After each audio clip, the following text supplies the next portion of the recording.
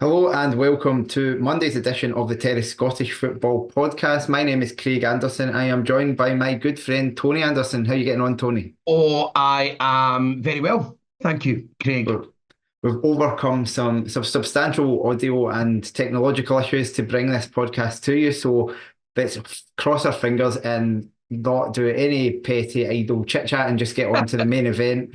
A bit like the pre-match for Croatia v Scotland, which was hosted on YouTube and consisted of like a couple of ETs.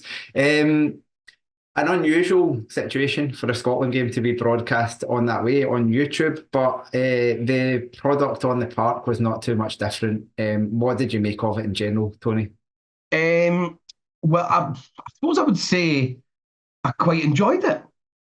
From my own perspective, from a Scottish football perspective, I'm hoping that something maybe I was going to come on to later, but I'll just do it now. I'm kind of hoping that similar. We had a period of pain under Clark before, where it was like there was an evolution of the team, evolution in the squad, and I'm kind of hoping this is something similar, except we're trying to do it so we get on to the next level above where we were already, and we're having to go through all this pain at the beginning. But like in terms of how we're set up, the style of football we played, the only things that were really missing was final ball and sort of like killer instinct in the final third, which we know we don't really have. So there's no point in really making a scene about it. There's no point in thinking that someone else is suddenly going to sort of create this player to be there. We just have to keep trying to evolve. We're giving a guy like Ben Doak who got that run in there. So I have to say, especially the way we played football in possession without some of our best players, that was really positive. It meant that they could never have sustained pressure on us, which is obviously a weakness for us because we don't have the best defence. We don't have the best goalkeeper. So you always feel like if there's going to be teams coming on to you non-stop, wave after wave, you're going to crack eventually. But we actually played plenty of football, and wouldn't go quite say we went toe to toe with them, but we played like a smart European side going away in a match, which is kind of where I want Scotland just to be. Yeah, I think it's frustrating because I think the context through which like these Nation League games are seen are so contingent on what happened in the summer. Had Scotland well, basically had Grant Hanley scored against Hungary in the last minute. Like one the one main chance we had in that game, and we go through and we get knocked out in the last 16, and then we come into a Nations League group and we compete well but lose the games. Nobody's that bothered. It's like, well, we're playing at a higher level. We've got to kind of, we're playing above ourselves. You treat yourself in, a newly promoted team in club football. Hmm. Finding our feet at this level, it's a big transition, blah, blah, blah. But we don't have that luxury, and we're coming in now, and that's three defeats in a row in this group. Every single one of them, very close defeats. Every single one of them, games where you could argue we probably could or should have had something out of them, but we don't. And I think it's what we spoke about in the pre-match. It's like, I have faith in the squad of players, the manager, that something can come out of it, but you can kind of understand why some people are less so. But I agree with you on the performance. Like Scotland spent a massive chunk of the game in their half with the ball, and that's not the type. But that's not how we normally play away from home against Mhm. good teams. It's never been how we've played away from home against good teams. We've won games, but we've won games by like catching them out. Like, Mhm. one counter attack or one goal from 50 yards into a shit goalkeeper or something like that. And we've won 1-0. That was a performance that, in my opinion, yes, accounted for the fact I think Croatia and Poland have been massively overrated by a lot of people. I said it going into the group. I didn't think either of them were up to much. I think we've seen that Scotland are definitely not miles off either of those teams, but still like a good team. There's no doubt it's a good team. They've got Ballon d'Or winner in the midfield. They've got like guy like Ivan Perisic playing. These guys have got like 140 caps. I think Modric was earning his 181st cap. That That's blew my ludicrous. socks off when I heard it. Um, he's now hanging. You now know he's probably hanging about to see if he can get that 200 because it seems plausible the way he is. But we went toe to toe with a team like that again. Yeah, I would argue you're right. Like Croatia probably did have just a wee extra bit of quality on us, but it wasn't like that vast a gulf. And I did think that was going to be the case. Like I saw pre-match folk. I think someone on the Discord saying, "Sorry to call you out. Nobody knows who I'm not calling you out by name. They would be lucky to avoid getting skumped there, getting scudded by at least three." And I didn't really see where that came from because Germany game aside, which against a vastly higher quality of opposition, we've not had that when we've had a full strength team out against like a team of Croatia's level. We've maybe got beat, but we've not been kind of humiliated for a long time against that level of opposition. And yeah, there was no chance of that. Like the way we played, it was. I felt when the goal came, when we went ahead, we probably deserved to go ahead. I would argue maybe after that we didn't have our best spell, but Yeah, the first 5 minutes, I thought, right, I thought we were just going to get quite similar to the Portugal game, where we really would be under the cosh, and they would keep the ball for long periods. But we then blended into it, and this is the thing that's so frustrating about what happened in that Hungary game is that this is definitely how we should play when Tierney's not there. It's all the proofs. It's been proven numerous times, and it's probably the thing that's irked me the most about Clark from all this, and maybe something that's really got my back up. So when I talk about it, it's not quite as amiable as it probably should be, and maybe what he deserves when I talk about it. But that really got my goat because it's like we've done all this preparation, we'd worked hard with a whole period of his managerial tenure to learn how to play without it. And then the one time when it really mattered and we were in that position, he sort of shat it.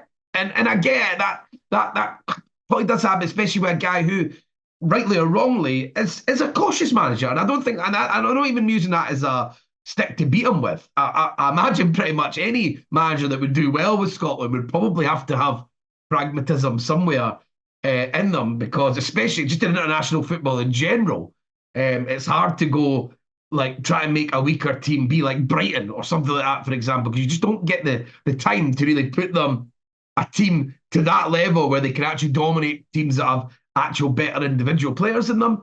But you can do work. But we've done all that, and this is what because again you see it here, is it's just so much easier for us to get up the pitch, and as I said, it gives Robertson someone to play off and Christie, which meant he was able to get in much more forward positions. I thought, especially in the first half, Robertson was probably our main way up the pitch. And then your Doak as well, who I think was as good as you could possibly have hoped a player in his position could have been. Whereas the biggest criticism I can give him is almost he was trying to be too deliberate. When he was in the last third, he was always wanting to pick someone out, which wasn't always on. And that meant that his opportunities broke down a few times when really a flash across the goal or something would be better. But again, you can rewind you can fast forward in a year's time, and I'm criticising him for the opposite. So again, like it's all about what actually happens when you put that move into motion. yeah, and I think like that's the big thing with him is when you have a player like that, you can see like just a couple of the runs he went on. Like that's what you get. He's a very, very, very raw player, and I mean the cross that set up the goal was the perfect example of just what he brings to the team, which is you need to get yourself 50 yards up the park in a game like that. He can get you 50 yards up the park, so you're never out of a game because there's always just a chance, and the other team's always got to worry about if we push too high up on that side, just one ball over the top, and there's a really quick and direct guy in behind us. So it gives you immediately something that gives like them a thing to worry about. But you also saw the other side of him, which is his final ball is and his decision making in that final position is not there yet. Now that's like obviously not everyone is Lamine Yamal, who is it? A year, 2 years younger, like running games at like the Euros. Like he's not going to be that, but he doesn't need to be that. He doesn't need to be anywhere near that to have something to offer this squad. The decision to cut in the way he did, it looks weird. That's not normally how a winger plays. And then the cross is atrocious, but just by doing something direct and he makes something happen. Yeah. The defender again, maybe the fact that ball is so weirdly bad, it like confuses the defender and creates the opening. Where like Christie's really alert. You can actually see him there's one of the angles you can see him sort of, he notices the ball's not coming to him, and he kind of for a brief second kind of, I don't mean switches off, but he kind of turns, and then he looks and he sees that ball coming to him, and he's so alert to it, and it's a really It's a nice really angle nice finish because I think that's one of those that looks a lot more easier than the reality of it actually is. Because the guy in the line actually makes it impossible for him to clear it properly. He can't get deep enough behind the line to hook it out. He can only sort of kick it the direction he's facing.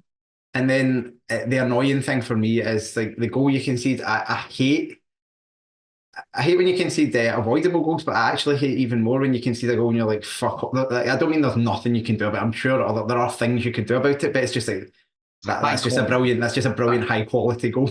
Aye.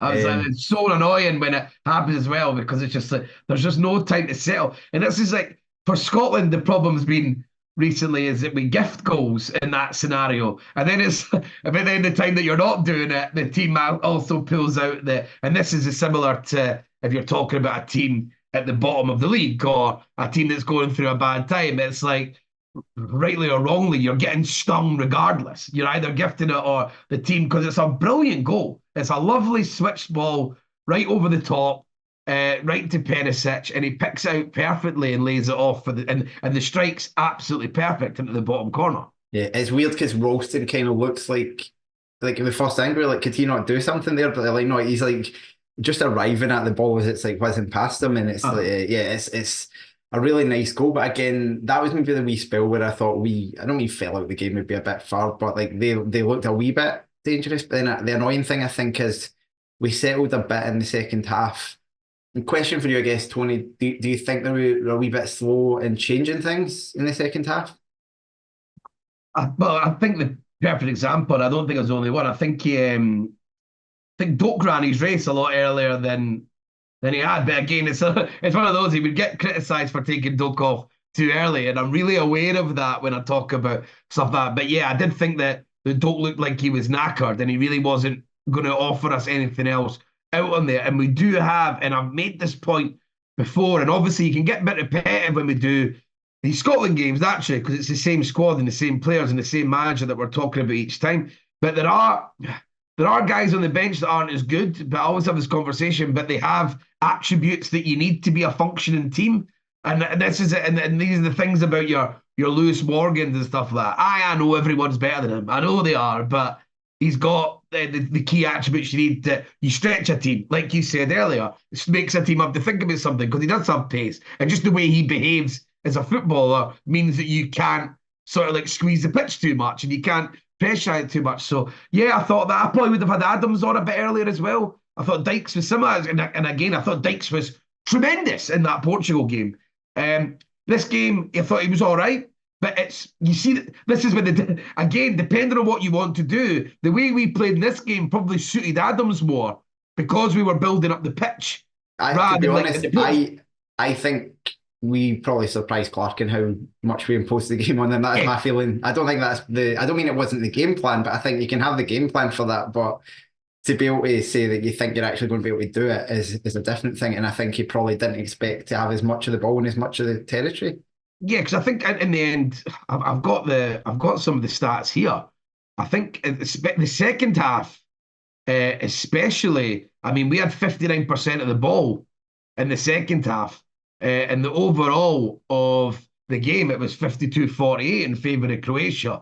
I don't think most teams would be getting that as close to that. So you're probably all right. It's because I think he has probably went with Dykes as because if it's going wrong, if you're not seeing a lot of the ball, then you kind of need Dykes. Like we saw that in the Portugal game. It was like the only way we were winning fouls or getting up the pitch. And it's the thing he is better at taking in long, hopeful, crap balls than Adams, whereas Adams is a much more deliberate player and he's much more probably in tune with everyone around him. But when you don't have that, nobody is going to be around him, then it is Dykes. So I definitely understand why Dykes was chosen, but maybe a slightly earlier in the change because, like we're saying, you realise that right, we're right into this, and we could have a striker where we can get really close to him, and he's much better in sort of tighter areas. He's much better at playing cushion layoffs for players to come off him. So yeah, it's more about like understanding that, and and noticing that early enough and being brave enough to make the change. I think the challenge for me was you looked at that bench, and to me, the two players he brought on were probably the only two players I think maybe you'd add Morgan into that he would actually trust to want to be on the park. And that's kind of the problem with the number of injuries Yeah, that you have. Gold came on and I thought did well. The ball over the top, was it for McTominay? Adams, Adams for that first chance that he couldn't quite. the lobby one from the Yeah, side. It's a brilliant pass. and just he offers obviously a little bit different to what we've got creatively. I think there's question marks about how well he can do that against really high level opposition, but against even good teams, he's fine. And But again with Gold, like playing him in the 5-10 minute spell like that, when we've suddenly moved to being on top, and you know that they're going to be sitting off you, and you're looking for someone who can thread a needle or play a golf shot essentially yeah, over yeah, the top perfectly. That this has always been the argument, and one that is probably fair that people have always made it, because there was never a middle ground about Gold. It was either people always made it sound like it was like the greatest player in the world that we couldn't possibly be going without, or like, oh, he's an MLS chump. You know, it was either one or the other. And a lot of times the MLS chumps, people like us, you're doing it more because it became funny, yeah. like rather than it being the reality. But I think with Gold, there was always something about maybe a space in the squad to be used in very specific scenarios, because he isn't as good a player as most of the other sort of midfield players we have, but he has a skill set again that we can use in these 5-10 minute spells. It probably does make him worth having around. Yeah, and I think that's what it boiled down to. The subs, I do feel I would have had them on earlier, but I can understand the caution in the sense of you bring them on and then something changes in the game and you've got nothing else to go to, Aye. nothing else you want to go to. Like maybe, I mean, he probably will think Kevin Nisbet offers him a bit. He picked him a lot in that round about that first Euros, and it's not that he won't trust the guy. In the same with Morgan, but it's like, are you really want to put Andy Irving on the park there? Do you know what I mean? Like Yeah, yeah. it's just a wee bit. I'm not saying that he couldn't do anything, but it's you can understand the kind of the reticence. I think the thing, obviously, the second goal, I was making dinner, so I actually missed like 20 minutes of the game and watched it back later on, and so I saw the reaction and thought it was going to be a disastrous goal to concede. I don't think it was. It was a poor goal to concede, but I don't think you can go like immediately like these people were 1,000,000% definitely at fault for that goal. I think it could have been defended better collectively, but I was surprised to see as much on Hanley and Ralston for the goal. I think they are the two out of fault, but it's not like some glaring error. It's just like This is always the slightly worse problem. defending than what you would expect. Yeah, because this is the problem, because Hanley was brilliant for a while, and now in more recent games, sort of like limitations have been showing up a bit, and he's made an error. And obviously, and I'm as guilty as anyone. Like, I think decisions are made on Ralston. So the minute they make a error, it is treated, and I do agree. The minute these types of players, and it happens in club football all the time, the minute they make any type of error, it's made to be sound like some of the worst sort of football and crimes on football that have ever been committed. When really it's like, if it was another player, you just be like, I should have done a bit better there, eh? You know, like Yeah. that. It'd be much more, the way that you describe it is much more sort of jovial almost. And I'm just a wee bit, come on, son, you need to be doing better, rather than like, what the fuck's this cunt wanting on? Yeah, yeah, Which yeah. is what you hear. And it's tricky because again, what you had was either him or Nicky Devlin to make a debut, and Nicky Devlin's 30 and has never played. He's barely played in the top six of the Premiership up until now. Do you know what I mean? Like he's a Yeah, good yeah. player, I like him, but it's not like you've got. And that's the problem. 'Cause I saw a comment. I think someone was tweeting after the game saying, like obviously understand in terms of the results, but there were a lot of injuries, and you hope folk stick with the team through the next few games. And then someone was like, "Oh, wouldn't it would still have been the same tactics, so it would still have been the same outcome, no matter who the players were." And you're like, if you if you put Aaron Hickey at right back in that team, and you put even Scott McKenna and Jack Hendry as your centre backs, do you really think? And I should say, John Suter played really well in this game. I thought, but I just to thought say that, but Hanley in general played well as yeah, well. Apart from I that, don't think with McKenna and Hendry you just can't you don't concede as many goals, and with a better right back you don't. And I'm not saying individually specific incidents for this specific game, but I think to say that injuries are irrelevant to that, injuries, it really annoys me, like, or frustrates me that I think that injury to Aaron Hickey is probably like a proper sliding doors moment for the national team. absolutely, I couldn't agree more. And we've had this. I think I spoke to you about this. Maybe is because the drop off from him to the next position. It's not about him being the best, even though he is. I think like I worry that for Hickey now, it's just never going to come. I think Yeah. I think the sky was the limit for Hickey, you know, like he could have done anything because 2-footed and that good at football. But the drop off for him is probably different than any other position. So you have some, and we're not good enough to have that. And We're not even good at enough that, to make like it. the drop off from him to Patterson is quite big. But Patterson has a bit more top level experience. Like, okay, he's not been brilliant since he went down south, but he's kind of clearly far better than McCrory or Ralston, that are the other ones that you had at the Euros, and beyond that, yeah, your Devlins of this world. And the point is, that could have been the one thing that it was fine margins at the Euros despite us not playing well. That's it. We didn't play well, and yet we were a chaotic 5 minutes that could have gone either way from maybe getting through. That could be the one thing that makes a difference. He probably doesn't give the ball to Shaqiri against Switzerland. And then you come into this Nations League group and it's the same thing. I thought this was a very favourable draw. I think we've seen from the three teams that we've played, it has been a favourable draw. We've competed, but just frustratingly, we're falling short. And that could be.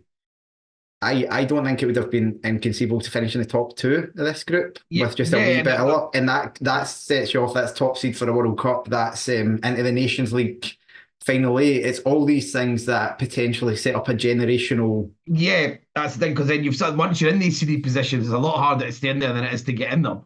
You need that avenue in. Wales had it a few times, and then suddenly you've got 2 World Cups on the bounce and a Euros. Then you've been to 4 tournaments in a row. You know, like, and suddenly everyone's viewpoint. And in one of those tournaments, you will perform, like, no matter what. If you go 4 times, you know, one of the times things will go your way. It's like when clubs like our own get in the cup finals. You know, you do it 4 times, you probably will one of them.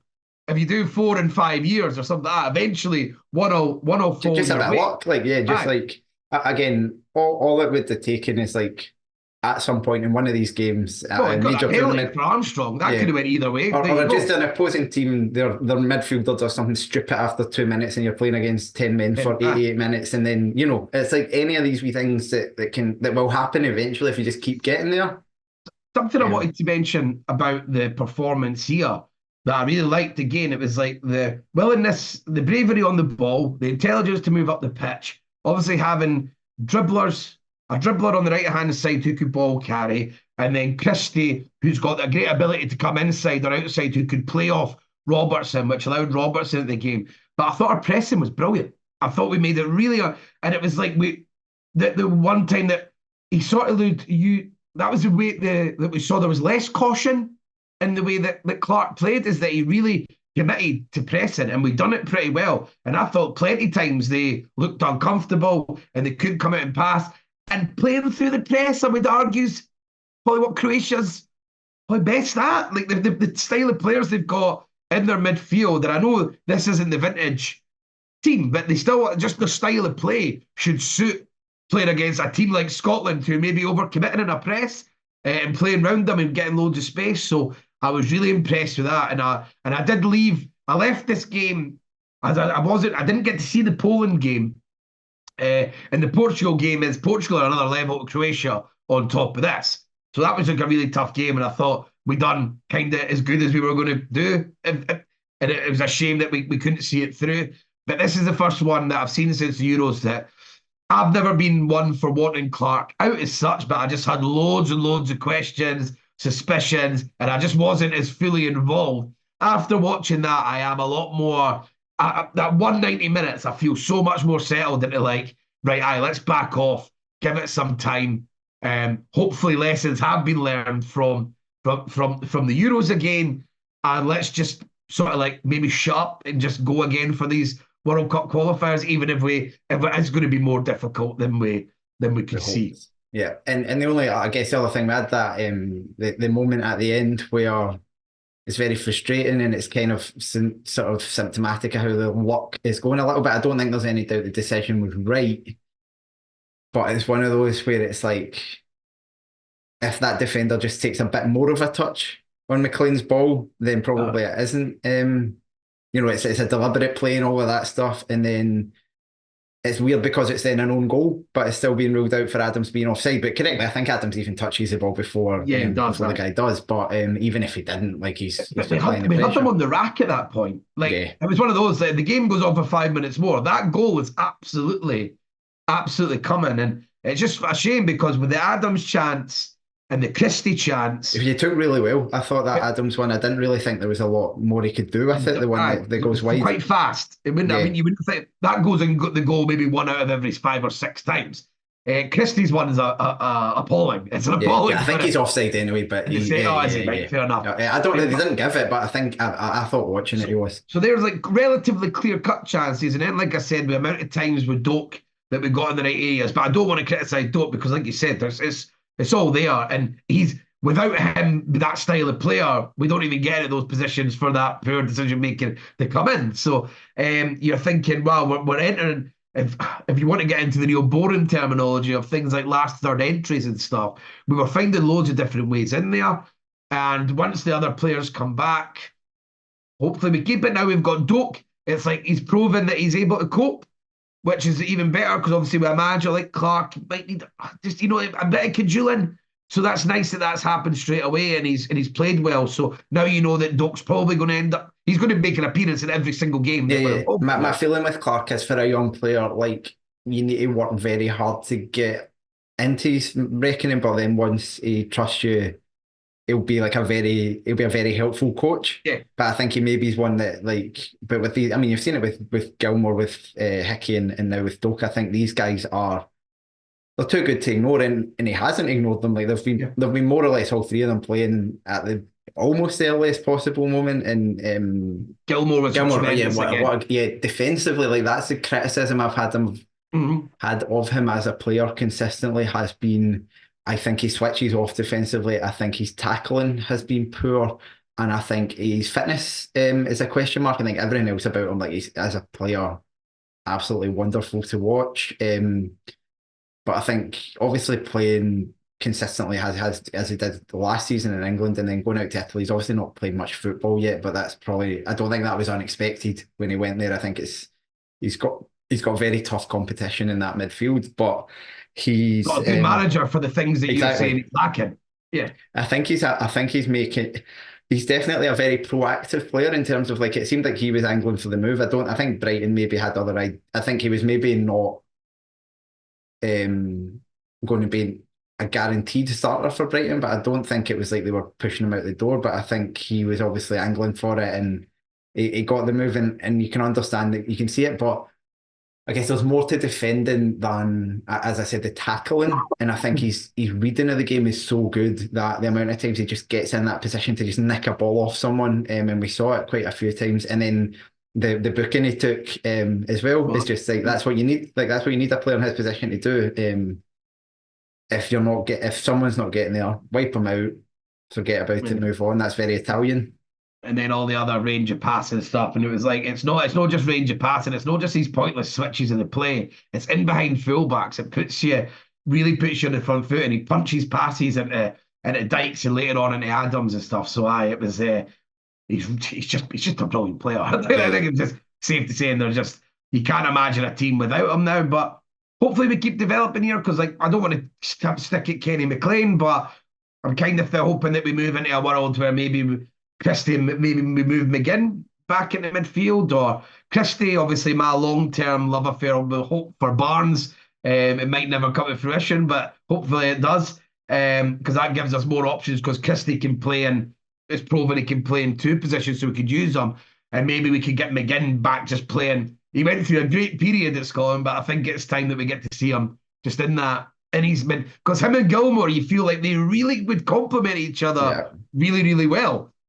So there's still excitement, and And hopefully, that's like I mean, I mentioned Andy Irvine, and I was kind of saying like a guy like that. He's only 24. He's had a very weird career. He actually played very well in Austria yeah. last year. It's not inconceivable.